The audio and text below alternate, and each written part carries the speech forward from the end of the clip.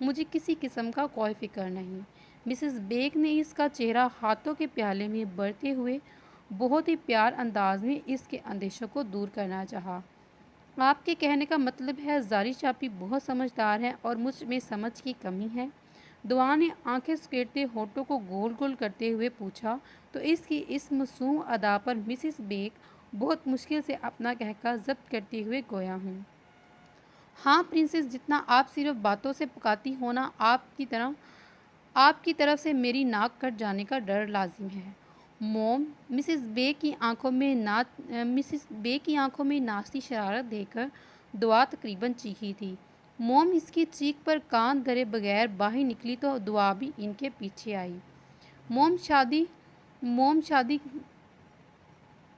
موم شادی گزرنے دے، پھر آپ سے تفصیلی بات کرتی ہوں۔ سیڑھیاں اترتے ہوئے اس کی بڑبڑاہٹ بھی جاری تھی، جبکہ مسز بیگ مسلسل مسکرا رہی تھی۔ بارات کے پہنچنے کا شور اٹھا تو دعا اپنے کزنز اور دوستوں کے ساتھ مل کر ہوٹل کے مین انٹرسٹ پر آ گئی۔ ان سب کے ہاتھوں میں گلاب کی پتیوں سے سجی خوبصورت پلیٹس تھیں۔ پھولوں کی برسات میں برات کا برتاب استقبال کیا گیا۔ دلہا میاں اپنے دوستوں کے ساتھ اسٹیج پر پہنچا۔ نکاح کی پروقار تقریب کے کچھ سمے بعد ہی زرش کو خوبصورت دوپٹے کے حالے میں اسٹیج تک لایا گیا۔ دلہن کو اسٹیج کے پاس ہی روک دیا گیا۔ زرون ملک دلہا بائی کو اپنی مسز کا ہاتھ تھام کر اسٹیج پر لے جانے کا شور اٹھا تو زرون محبت بھری نگاہیں اپنی مسز پر گاڑے صوفے سے اٹھ کھڑا ہوا۔ Of course I am always ready. وہ شاہانہ چال چلتا ہوا آگے بڑھا۔ اجازت ہے میم، وہ ایک ادا میں بولا اور اپنے دائیں ہاتھ سر جھکا کر دھیمے سروں میں مسکراتی اپنی پری پیکر کے سامنے کر دیا۔ زرش نے تھوڑی ہچکچاہٹ ہوئے اپنا بایاں ہاتھ اس کے ہاتھ میں رکھ دیا تو ہر طرف سے کہکوں کے ساتھ واو نائس کا شور بلند ہوا۔ نہیں بھئی، ہم تو پورے 50,000 لیں گے۔ دودھ پلائی کی رسم میں دعا کب سے ضد لگائے کھڑی تھی، جبکہ زرون ان سب کو 5,000 میں ٹرکانا چاہتا تھا۔ شاہزین ملک جو اسٹیج سے کچھ فاصلے پر کھڑا مسکراتی نظروں سے کافی دیر سے بائی کی سالی صاحبہ کو ان سے بحث کرتے ہوئے دیکھ رہا تھا، بالآخر آگے بڑھا اور دونوں ہاتھ سینے پر باندھ کر منہ پسوڑتے ہوئے مخلصانہ انداز میں بولا، ایک گلاس دودھ کی اتنی بڑی قیمت؟ آئی تھنک بھائی آپ اس نایاب دودھ سے مستفید ہونے کا ارادہ ہی متعلق کر لیں۔ یہ تو 5,000 میں بھی بہت مہنگا ہے۔ ہاں، اگر 100-200 میں بات بنتی ہے تو میں دینے کے لیے تیار ہوں۔ ایکسکیوز می، آپ اپنی چونچ بند رکھیں۔ میں نے یہاں جوتے گاڑنے کا ٹھیکہ لگایا ہوا ہے جو آپ 100-200 میں ریپیئر کروانے کا سوچ رہے ہیں۔ صدا کی منہ پھٹ دعا نے اس خوبرو شہزادے کو دو ٹوک جواب دیا تو سب کا فلک شکانہ کہکہ فضا میں بلند ہوا، جبکہ شاہزین ملک چہرے پر گہری مسکراہٹ سجائے بڑے کرفور سے کھڑا اس نازک لڑاکا حسینہ کو آنکھوں کے ذریعے دل میں اتار رہا تھا، جو ایک بار پھر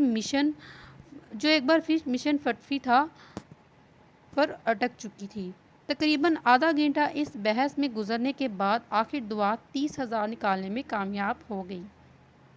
سب لڑکیاں اسٹیج سے اتریں۔ مہمان کھانا کھانے میں مصروف تھے، جبکہ اسٹیج پر دلہا دلہن کا فوٹو سیشن شروع تھا۔ وقت کیسے پر لگا کر اڑ جاتا ہے کسی کو پتہ ہی نہیں چلتا۔ رخصتی کا شور اٹھا تو ہر ایک کی آنکھیں نم تھیں۔ سب زرش کو گلے لگا کر ملے اور یوں زرون سب کی دعاؤں کے ساتھ قرآن پاک کے سائے میں خوبصورت رخصت ہو گئے۔ دعا پلیز چپ کر جاؤ ورنہ میں رو دوں گی۔ عنایا، جو دعا کی کزن ہونے کے ساتھ اس کی بیسٹ فرینڈ تھی، اس کے آنسو صاف کرتے ہوئے نم آواز میں بولی تو دعا نے سر اثبات میں ہلاتے اپنے آنسو کو رگڑ دیا۔ رحمان بیگ اور مسز جویریہ بیگ کا تعلق شہر کے ایک کھاتے پیتے خوشحال گھرانے سے تھا۔ رحمان صاحب پراپرٹی ڈیلنگ کا کام کرتے تھے جو کہ بہت کامیاب جا رہا تھا۔ جویریہ بیگم ہاؤس وائف تھی۔ ان کے 3 بچے، 2 بیٹیاں اور 1 بیٹا تھا۔ سب سے بڑی بیٹی زرش بیگ جو ابھی ماسٹر کی ڈگری لے کر فارغ ہوئی تھی، اس کا ارادہ مزید پڑھنے کا تھا۔ رحمان صاحب کے سب سے عزیز دوست ملک کے بڑے بیٹے ضرور ملک کا پرپوزل زرش کے لیے دیا گیا تھا۔ ضرور ملک بہت ہی سلجھا ہوا لڑکا تھا، اس کی گورنمنٹ کی سروس تھی۔ رحمان بیگ کو زرش کے لیے یہ بہت مقبول لگا تھا۔ کافی سوچ بچار کے بعد بیگ فیملی کی طرف سے مثبت رد عمل دیا گیا۔ ملک یارون بھی خوش ہی سے نحال تھا۔ اب ان کی دوستی کا رشتہ ایک نئے مضبوط تعلق میں بن رہا تھا۔ زرش کے بعد حارث بیگ کا نمبر تھا، جو اپنی ایجوکیشن سے فارغ ہونے کے بعد ایک پرائیویٹ فرم میں اچھی پوسٹ پر تھا، اور نٹ کھٹ سی دعا بیگ، جسے ان کی آخری اولاد ہونے کا شرف حاصل تھا، گھر والوں کی سب سے لاڈلی تھی۔ زرش اور حارث کی نسبت دعا سب سے زیادہ شرارتی اور بالکل مسز بیگ کے کچھ زیادہ ہی منہ پھٹ تھی۔ اس کی جولی طبیعت کے باعث گھر میں ہر وقت رونق رہتی، اور دعا بیچلرز کے بعد تعلیم کو اخیر آباد کہہ چکی تھی، اور اب شوخیہ ایک پرائیویٹ اسکول میں جاب کرتی تھی۔ عنایا اس کے ماموں کی اکلوتی اولاد تھی۔ دونوں کے گھر پاس ہونے کی وجہ سے دونوں کی دوستی بھی مثالی تھی۔ اکثر عنایا دعا کے گھر اور دعا بھی ادھر ہوتی۔ ان کی ہر بات ایک دوسرے سے شروع ہو کر ایک دوسرے پر ہی ختم ہوتی۔ دونوں ہر وقت کسی نہ کسی ایڈونچر میں ملموس ہوتی۔ وہ دونوں یکجاں دو قلب تھیں، اس لیے انہیں کبھی کوئی اور دوست بنانے کی ضرورت ہی نہیں پڑی۔ لیکن دعا ہنس مکھ اور باتو ہونے کی وجہ سے بہت جلد لوگوں کو اپنا گریز بنا لیتی تھی۔ انا کو اس کی ہر جگہ نانی بننے والی عادت سے سخت چڑ تھی، اور وہ خود ریز طبیعت کی مالک تھی۔ یاور ملک اور ان کی شریک حیات روبینہ ملک بھی شہر میں اپنی ذاتی کوٹھی میں قیام پذیر تھے۔ ان کے دونوں بیٹے ہی ان کی کل کائنات تھے۔ 30 سال کا خوبصورت نقوش والا ضرور ملک بہت ہی ڈیسنٹ سی پرسنالٹی کا مالک تھا۔ اس کی طبیعت میں بھرپور ٹھہراؤ تھا۔ دھیما لب و لہجہ اور خوش مزاجی اس کی طبیعت کا خاصہ تھی۔ اب اللہ نے زرش جیسی معصوم لڑکی کو بیوی کے روپ میں دے کر اس کی زندگی کو مزید سہلا دیا تھا، جبکہ 28 سالہ شاہ زین ملک کمپلیکیٹڈ انسان تھا، جس کو سمجھنا ہر ایک کے بس کی بات نہیں۔ اس کے چہرے پر ہر وقت سرد سا تاثر رہتا۔ بہت کم ایسا تھا کہ شاہ زین ملک کسی بات پر مسکرا دے۔ اس کی طبیعت کا سرد پن کسی بھی شخص کو اس سے مخاطب ہونے سے روک دیتا تھا۔ اپنے والدین اور بھائی سے بے پناہ محبت ہونے کے باوجود ہمیشہ فیصلے خود کرنے کا عادی تھا۔ میٹرک کے بعد اس نے UK جانے کی ضد باندھ لی تھی۔ سب کے سمجھانے کے باوجود جب وہ اپنی بات سے پیچھے نہ ہٹا تو بالآخر ملک یاور کو اس کی ضد ماننی پڑی۔ UK میں اسٹڈی کے ساتھ ساتھ وہ جاب بھی کرتا تھا، اور یہ اس کی محنت کا ہی نتیجہ تھا کہ جلد ہی وہ اپنے پیروں پر کھڑا ہو گیا۔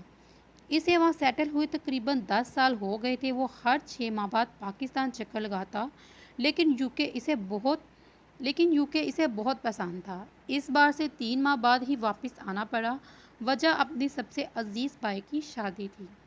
شادی کے بعد عورتوں کا سلسلہ تھما تو زندگی معمول آ گئی۔ زرش ضرور کی سنگت میں بہت خوش تھی۔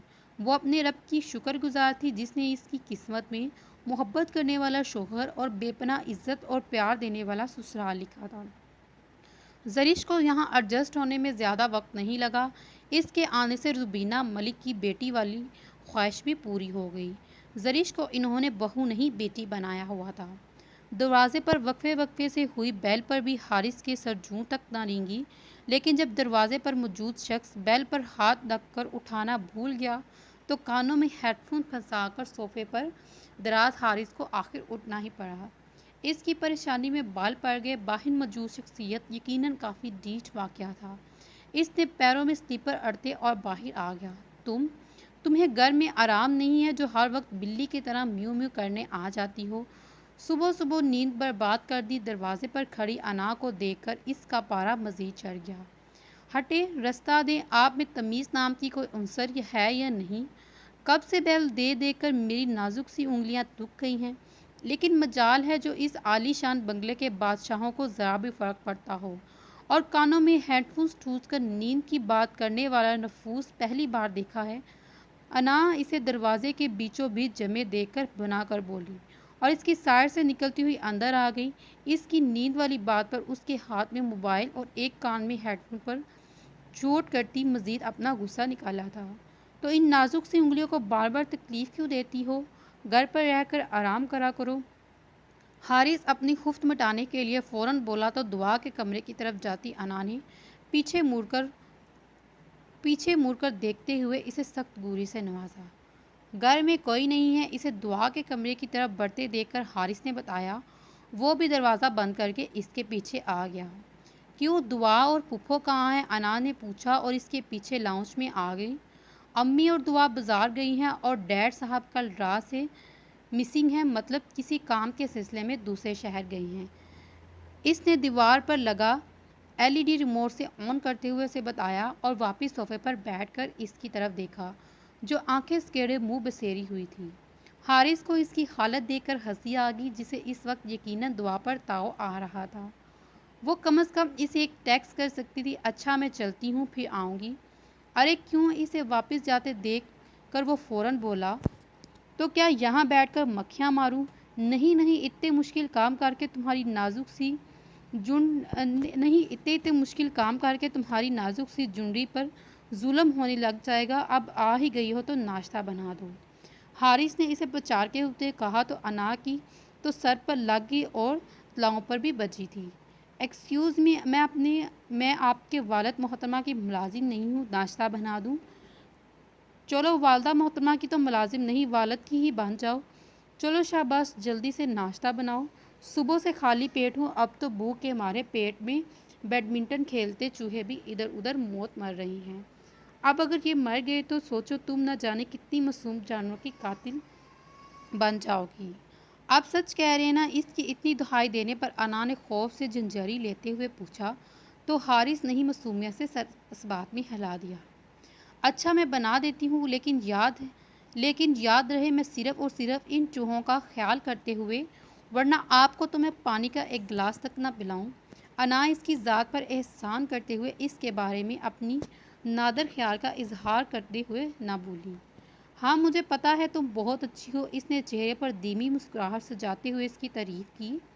یہ صرف وہ دل میں ہی کہہ رہا تھا، انتہائی نکچڑی ڈنگر، صرف وہ دل میں ہی کہہ رہا تھا۔ انا آنکھیں چھوٹی کیے اس کے لبوں پر سجی مسکراہٹ کو دیکھتے ہوئے کچن میں آ گئی۔ جلدی حارث صوفے پر ریلیکس بیٹھا، ایک بار پھر ٹی وی کی طرف متوجہ ہو گیا۔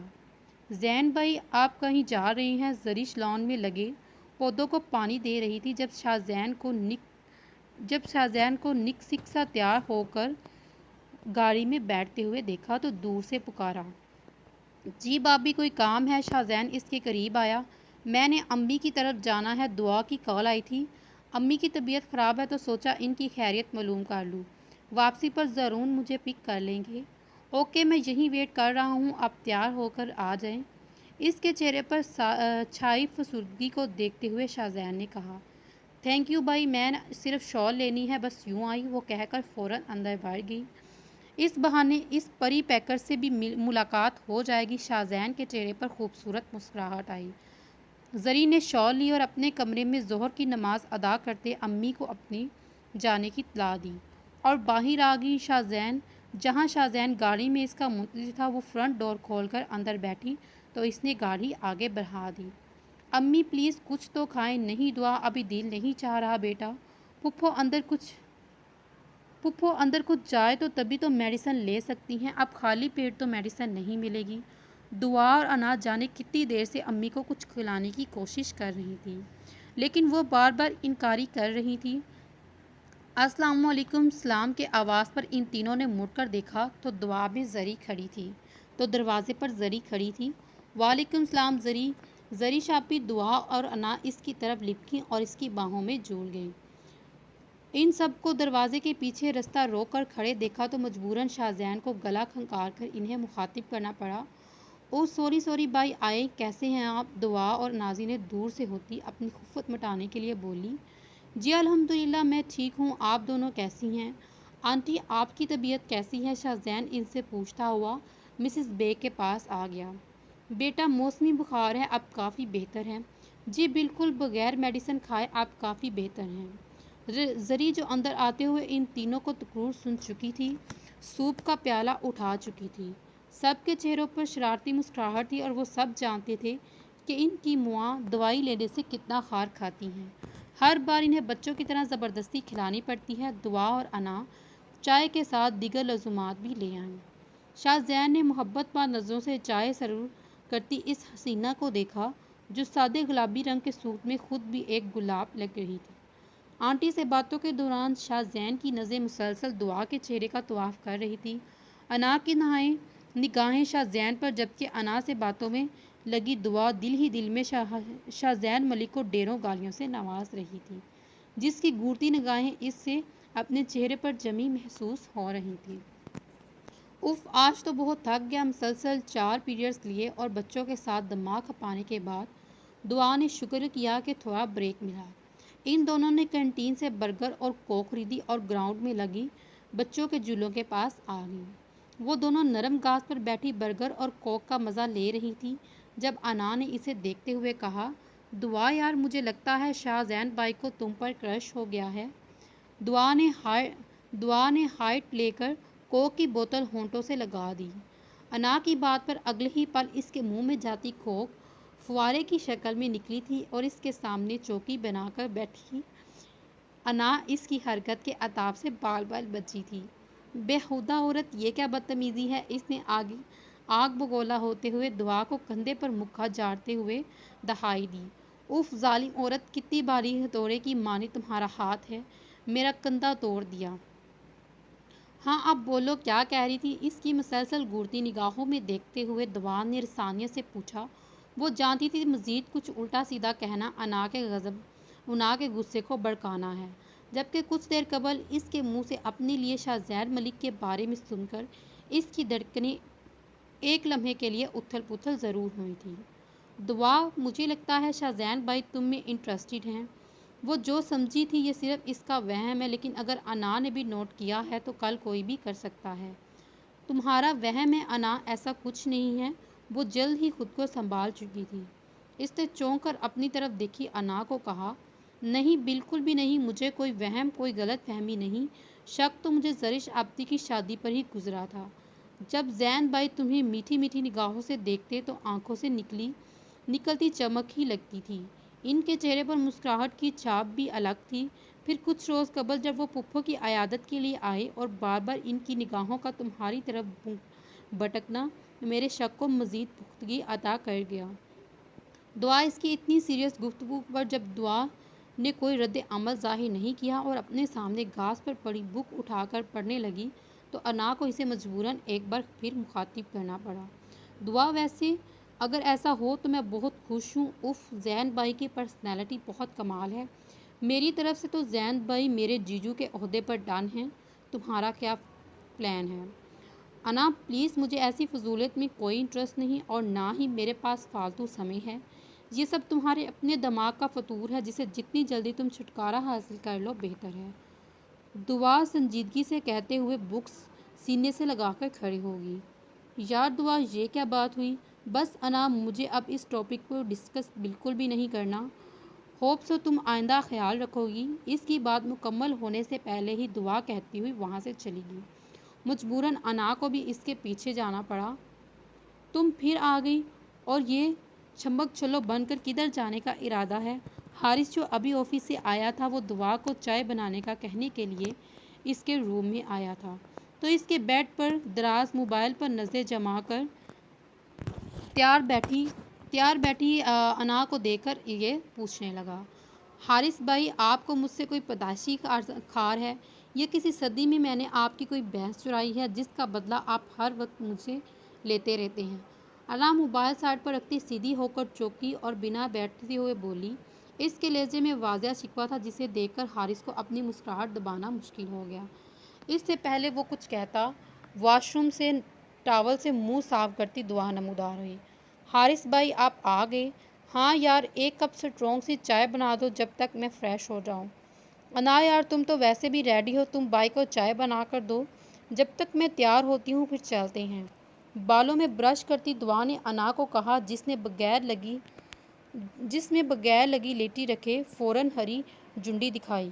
بالکل، سوچنا بھی مت، میں چائے بنا کر دوں؟ تم چائے بنا کر دو، بے شک ریڈی ہو جانا، میں ویٹ کر لوں گی۔ انا کے دو ٹوک انکار پر حارث اور دعا نے ایک دوسرے کی طرف دیکھا۔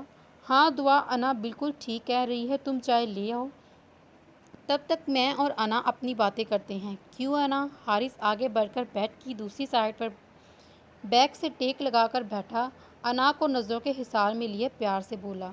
تم اسے اپنے ساتھ بیڈ پر بیٹھتا دیکھ کر انا کو کرنٹ کھا کر بیڈ سے اٹھی۔ نہیں نہیں دعا، تب تم تیار ہو جاؤ، میں چائے لے کر آتی ہوں، اسے کہتے ہوئے فوراً کمرے سے دوڑ لگائی اور دعا اسے روکنے لگی۔ اس کے روم سے فرار ہوتی ان دونوں کا چھت پھاڑ کہکا کمرے میں گونجا۔ بھائی یار، نہ تنگ کیا کرو بیچاری کو۔ دعا نے فوراً اپنی بہن پلس دوست پلس کزن کی سائڈ لی۔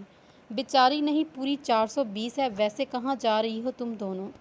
ہم زرش آپی کی طرف جا رہے ہیں، امی پڑوس میں میلاد پر گئی، ہماری واپسی شام کو ہوگی اور ہم انا کے گھر ہی جائیں گے۔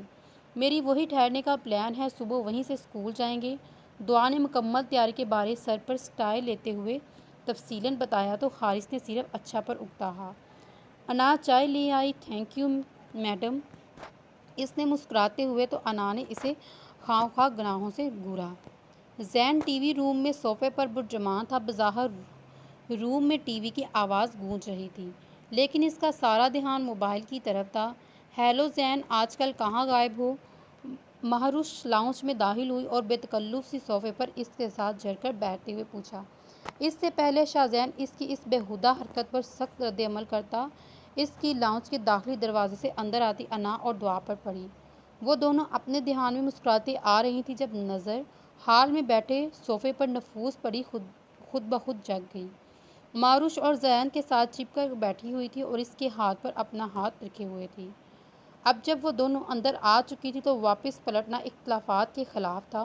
السلام علیکم، انا نے جلدی سے خود کو سنبھالتے ہوئے سلام کیا، جبکہ دعا نے اپنی نگاہیں جھکا کے رکھی۔ نہ جانے کیوں اسے یہ منتظر برا لگا۔ وعلیکم السلام دعا، آپ کیسی ہیں؟ وعلیکم السلام دعا، انا آپ کیسی ہیں؟ کیسی ہیں آپ؟ اندر آئیں نا پلیز۔ شاہ زین نے اپنے ہاتھ پر دھرے ماہا کا ہاتھ بے دردی سے جھٹک کر ان دونوں کے سامنے آ گیا۔ دعا کو دیکھ کر اس کی آنکھوں کی چمک بڑھ گئی، جو صوفے پر بیٹھی ماں کی نظروں سے مخفی نہیں رہ سکی، اور اس نے غصے سے اپنے جھٹکے جانے والے ہاتھ کو مٹھی بیچ لی۔ نہیں، اٹس اوکے، آپ بیٹھیں، ہم ویسے بھی آپ ہی کے روم میں جا رہے ہیں۔ دعا نے سرد نگاہ اپنے سامنے جم کر کھڑے شاہ زین پر ڈالی اور نارمل انداز میں کہتی ہوئی انا کا ہاتھ تھامتے زرش کے روم کی جانب بڑھ گئی۔ شاہ زین لب بیچے اس جانب دیکھتا رہا جہاں سے وہ پری پیکر غائب ہوئی تھی۔ اسے ماں پر جی بڑھ کر تاؤ آیا، جس کی بیہودہ حرکت کی وجہ سے دعا اور انا نگاہیں چرانے پر مجبور ہو گئیں۔ Listen to me very carefully miss Mahwash, میں پہلے بھی کہہ چکا ہوں، مجھے ایسی بے تکلفی نہیں پسند۔ آئندہ فاصلے پر رہ کر بات کرنا، ورنہ مجھ سے برا کوئی نہیں ہوگا۔ شاہ زین نے نفرت بھری نگاہ اس پر ڈالی اور سرد انداز میں اسے وارن کرتا تنفن کرتا گھر سے نکل گیا۔ سب جانتے ہیں مسٹر شاہ زین ملک، اس منحوس ماری کی خوبصورتی تمہاری قید کر لیا گیا ہے، لیکن تم بھول گئے ہو ہمارا رشتہ بچپن سے طے ہے۔ اب جلد ہی امی کو کہہ کر چاچو سے ہماری جلدی شادی کرنے کا کہنا پڑے گا۔ ماں غصے سے سامنے پڑی میز کو ٹانگ رسید کرتی وہاں سے چلے گی۔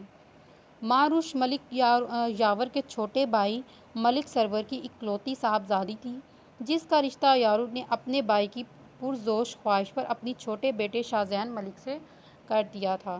یہ جانتے ہوئے بھی شاہ زین ملک بارہا بار انہیں اس رشتے کو نہ ماننے کا حکم کھلا کھلا واضح کر چکا ہے۔ آج انا ساز طبیعت کے باعث اسکول نہیں آئی اور دعا پیریڈ لینے کے بعد کلاس روم سے نکلی۔ اس کا ارادہ بھی جلدی گھر جانے کا تھا۔ اس نے موبائل بیگ سے نکال کر حارث بھائی کو کال کرنا چاہی، جب موبائل اسکرین پر کسی ان نون نمبر سے 2 مس کال تھی۔ کلاس کے دوران سب کے موبائلز ہمیشہ سائلنٹ تھے۔ یہ کون ہے؟ کوئی رانگ نمبر، اس نے خود سے سوچتے ہوئے اس نمبر کو اگنور کیا اور حارث بھائی کو کال کیا اور انہیں جلدی پک اپ کرنے کو کہا۔ اس نے اپنا اسٹرولر ٹھیک کرتے ہوئے بیگ کندھے پر لٹکایا اور اسکول گیٹ کے پاس آئی۔ حارث نے اسے 15 منٹ بعد پک کرنے کا کہا تھا۔ ابھی وہ گیٹ سے تھوڑے فاصلے پر لان میں موجود بینچ پر بیٹھی تھی کہ پھر اسی نمبر سے کال آنے لگی۔ عجیب بندہ ہے، اس نے ناگواری سے موبائل اسکرین پر جگمگاتا ہوا نمبر اور کال ڈسکنیکٹ کر دی۔ اس کے ساتھ ہی میسج ٹون نے اس کی توجہ ایک بار پھر اسکرین کی جانب کی۔ دعا I am Shahzain, call receive کرو پلیز۔ یہ مجھے کیوں کال کر رہا ہے؟ دعا نے میسج پڑھ کر سوچتے ہوئے پھر سے کال آنے لگی۔ چند سیکنڈ سوچنے کے بعد اس نے کال ریسیو کی۔ السلام علیکم۔ وعلیکم السلام۔ دعا کیسی ہیں آپ؟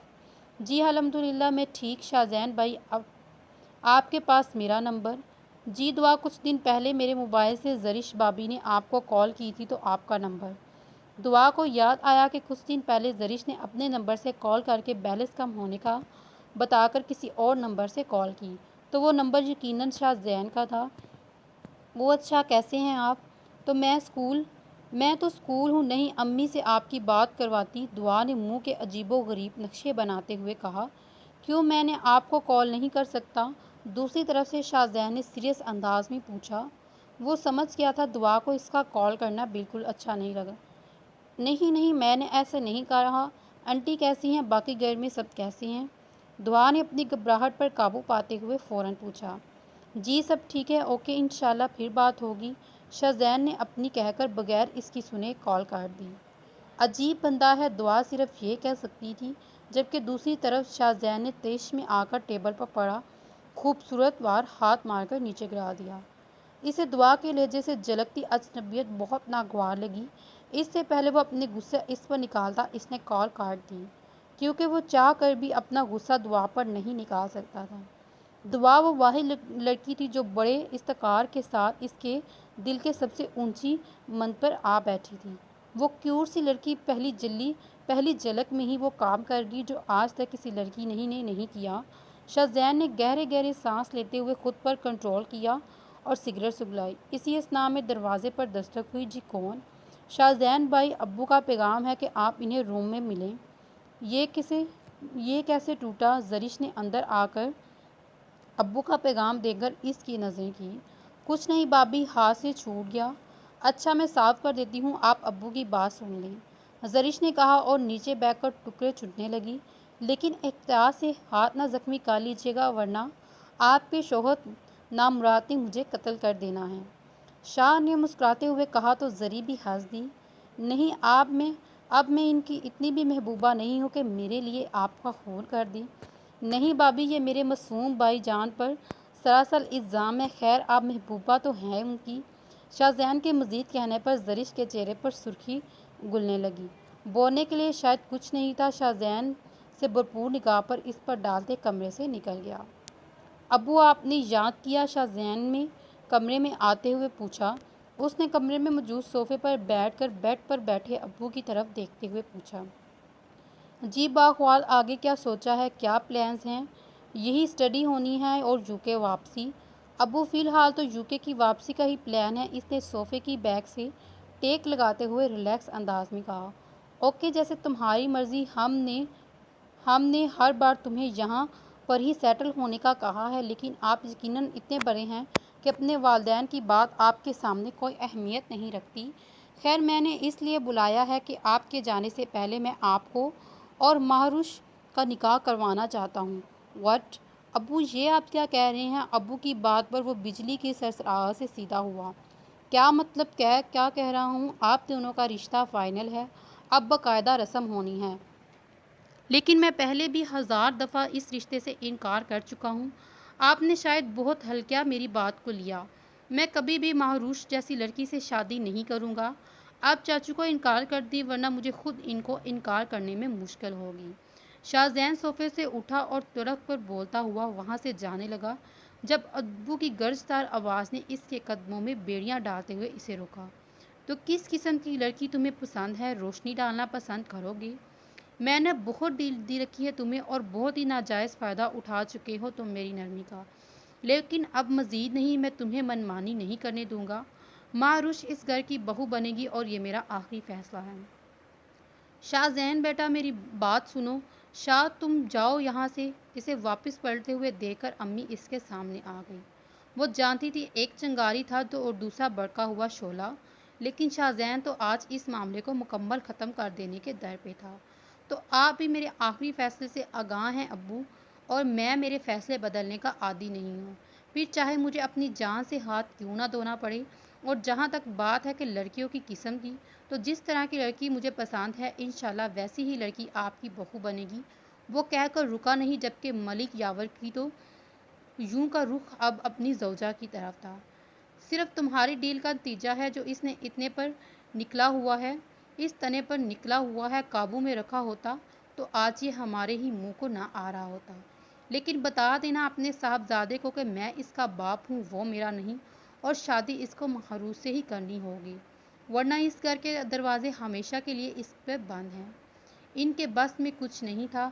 ہاں یہ سچ ہے کہ مہروش بہو کی شکل میں انہیں پسند نہیں تھی، لیکن اس بات میں بھی کوئی شک نہیں تھی کہ مہروش کو لے کر شاہزین کو اپنے ابو سے ہوئی چلکیز سے نکال کھولتا تھا۔ وہ کبھی نہیں چاہتی تھی کہ شاہ اور اس کے ابو کے بیچ گرما گرمی ہو، جو کہ ہمیشہ ہو جاتی، اور شاہزین کو بھی سمجھانا ناممکن تھا۔ لیکن ملک یاور کا غصہ ٹھنڈا ہونے کے بعد ربینہ بیگم نے رسانیت سے ان کو سمجھانے کا فیصلہ کیا تھا۔ وقت پر لگا کر اڑتا گیا، گزرتا ہوا ہر دن زندگی کی کتاب سے کسی بوسیدہ ورق کی طرح جا رہا تھا۔ ہر گزرتا لمحہ زندگی سے دور اور موت کے قریب لے کر جا رہا تھا، اور نادان انسان کی خوش فہمی کہ وہ اپنی حیات میں آگے بڑھ رہا ہے۔ زرشت کی شادی کو 5 ماہ ہو چکے تھے۔ شاہزین شادی کے 1 ماہ بعد ہی یوکے چلا گیا، اور اجبا مہروش کو لے کر ابو سے جڑ رہی تھی۔ اس نے گھر والوں سے بول چال بند کر رکھا تھا، اور ربینہ بیگم بیٹے کی بے رخی برداشت نہیں کر سکتی تھی، اور بستر سے جا لگی تھی۔ جب شاہ ان کی طبیعت بہت خراب ہونے کی اطلاع ملی تو اس کے دل میں ٹھیس سی اٹھی۔ وہ نہ چاہتے بھی اپنے والدین کو دکھ دینے کا باعث بنا ہوا تھا، لیکن اب وہ ایسا نہیں چاہتا تھا۔ اس نے پاکستان کی ٹکٹ کنفرم کروائی اور ٹھیک 1 ہفتے بعد اپنی ماں کے پاس موجود تھا۔ اب اسے پاکستان آئے 1 ماہ ہو چکا تھا، اور اب اس کا ارادہ دعا سے رشتہ فائنل کر کر ہی جانے کا تھا۔ ان 5 مہینوں میں شاہزین نے بہت بار دعا سے بات کرنے کی کوشش کی۔ وہ بھی کبھی کبھار بات کر لیتی، لیکن ہمیشہ اس سے کترانے کی کوشش کرتی۔ وہ کوئی بچی نہیں تھی جو شاہزین ملک کی آنکھوں میں چھپی تحریک کو نہ پڑھ سکے، اس کے الفاظ میں چھپے پیار کو محسوس نہ کر پائے۔ لیکن اس نے کبھی اس کے جذباتوں کو ہوا نہیں دی، اور نہ ہی کبھی ایسا کرنے کا ارادہ تھا۔ انا کی بھی شاہزین سے اچھی خاصی دوستی تھی، اور اسے ہمیشہ اپنی بہن مانتا تھا، اور انا کے منہ پر ہر وقت شاہ بائی کے نام کا رت تھا، جس سے اکثر دعا چھٹ جاتی۔ انا نے بہت بار اسے سمجھانے کی کوشش کی، لیکن دعا کو اپنی ہی الگ ہی منتظم تھی۔ وہ اس کی کوئی بھی ایسی بات سننے کی روادار نہیں تھی۔ کچھ روز قبل شاہ نے فون پر اسے اپنی پسند کا اظہار کیا تو دعا نے اسے اچھی خاصی سنائی۔ پتہ نہیں اس کے دماغ میں کون سا فطور تھا جسے انا سمجھنے سے قاصر تھی، اور یہ بات اب انا کے کانوں تک بھی پہنچ چکی تھی، جس سے اس کا پارا چڑھ چکا تھا۔ شام کا وقت تھا، ڈوبتے ہوئے سورج کی نارنجی شعاعیں زمین پر بکھری ماحول کو خوب بنا رہی تھیں۔ دعا کو ہمیشہ سے ڈوبتے ہوئے سورج کا یہ دلکش منظر بہت پسند تھا۔ اب وہ چھت پر موجود اس دل فریز نظاروں کو آنکھوں میں جذب کر رہی تھی، اور ساتھ چھت پر رکھے پنجروں میں قید کبوتروں کو کھانا کھلانے اور باتوں میں مشغول تھی۔ میرے مٹھو سونا، تم بھی کھاؤ، اور دعا تمہارے ساتھ کیا مسئلہ ہے، کیا ہوا؟ وہ جو اپنے کبوتروں میں مگن تھی، انا کی بڑکتی ہوئی آواز پر اسے دیکھتے ہوئے پوچھا۔ وہ ہاتھ جھاڑتی ہوئی اس آتش بنی مہارانی کے سامنے آئی۔ تم سمجھتی کیا خود کو بہت مہان ہو، سب فراڈ ہیں؟ اور وہ اس کے کندھے پر دکار دے کر اس کی پیچھے کی جانب دھکیلتے ہوئے بولی۔ نہیں، میں تو بہت گناہ گار بندی ہوں، نہ جانے ہر وقت کتنے گناہوں کی مرتکب ہوں۔ دعا نے سر سنجیدگی میں کہا۔ تم نے شاہزین بھائی کے ساتھ بدتمیزی کی، کیوں؟ دعا یار، تم سمجھتی نہیں، وہ تم سے محبت کرتے ہیں، اور محبت کرنا کوئی جرم نہیں ہے۔ گناہ ہی ہے، نامحرم سے محبت کرنا گناہ ہے۔ جس چیز کی اللہ نے اجازت ہی نہیں دی، اپنی حدود کو پھلانگ کر اسی کام کو سر انجام دینا گناہ ہے۔ اللہ تعالیٰ نے جو احساسات اور جذبات حلال رشتوں کے لیے بنائے ہیں، پھر اس کی نافرمانی کر کے میں کیوں اپنے من میں ملیحت کروں اور اپنے رب کے سامنے بھی شرمندہ ہو جاؤں؟ اور تم کہتی ہو کہ وہ مجھ سے محبت کرتا ہے، چلو مان لیا، وہ مجھ سے بے پناہ چاہتا ہے، میرے لیے اس کی دیوانگی بھی قرار ہے، ان کی محبت قدر دان ہوں، تو پھر انہیں انتظار کس بات کا ہے؟ میرے ماں باپ حیات ہیں، رشتہ بھیجیں اور پورے استحقاق سے مجھے اپنا لے لیں۔ وہ مرد ہے بالاختیار، تو پھر دیر کس بات کی، مجھے نامحرم سے محرم بنا کر لے جائیں۔ انا شاہ بھائی ایسے ہی کریں گے انشاءاللہ کچھ، لیکن تم ان کا اعتبار کرو، ان کے جذبات کو سمجھو، وہ پہلے تمہیں منانا چاہتے ہیں۔ میں کب روٹھی ہوں، میرے دل و دماغ کی سلیٹ تو بالکل ٹھیک ہے، جس پر صرف میرے محرم کے نام کی ہی چھاپ لگے گی، خواہ کوئی بھی ہو۔ تمہیں کوئی فرق نہیں پڑتا انا، تم بحث کر رہی ہو تو محض دوائیاں ہی پیدا ہوئی ہیں، اور تم بحث کر رہی ہو اور میں ہم دونوں کے رشتوں میں دراڑ نہیں ڈالنا چاہتی۔ دعا اس کی بات کاٹتی ہوئی اٹل انداز میں بولی تو انا چند سائتے خالی نگاہوں سے اس پتھر سفر لڑکی کو دیکھتی رہی۔ پھر اس کا چہرہ اپنے ہاتھوں کے پیالے میں بھرے دھیمے سے بولی، اگر وہ اپنے امی ابو کو باقاعدہ رشتہ بھیجے تو تمہیں کوئی اعتراض نہیں؟ بالکل بھی نہیں، جو فیصلہ میرے والدین کا ہے وہی میرا ہے، اور تمہارے ان بھائی جان کے لیے اس لیے بھی کہہ دوں کہ اب وہی تمہارے بھائی جان ہیں۔ دعا نے اس کے گال پر چٹکی کاٹتے ہوئے مسکرا کر کہا تو انا بھی کھل کر ہنسی۔ آئین نوازش ہم دونوں بہن بھائی کی ذات پر اتنا عظیم احسان کرنے کے لیے۔ اس کی بات دونوں کا کہہ کر بلند ہوا، تھینک یو مجھے سمجھنے کے لیے۔ نہیں بڑی، اس کی ضرورت نہیں، بس اپنے بھائی جان کو ہی پیغام دینا کہ اپنی محبوبہ کو پٹانے کے لیے ابھی آپ کو مزید سرگرم کرنا رہنا ہوگا۔ کیا پتہ پہاڑ کھودنے پڑ جائے یا عشق کی منزلوں کو طے کرنے کے لیے اپنی جان ہتھیلی پر رکھ کر دریا عبور کرنا پڑے۔ انا بہت بدتمیز انسان ہو تم، اس نے اپنی ٹون میں واپس آتے ہوئے دیکھ کر دعا نے اس کے کندھے پر مکہ رسید کیا، اور اب وہ دونوں نیچے جا کر بیٹھ گئی تھیں۔ تو اس ناول کا اختتام یہاں پہ کرتے ہیں، اور اگلی ویڈیو میں اس ناول کو اینڈ کریں گے کیونکہ یہ ناول بہت زیادہ چھوٹا ہے۔ تو ملتے ہیں اگلی ویڈیو میں۔ اللہ حافظ، ٹیک کیئر۔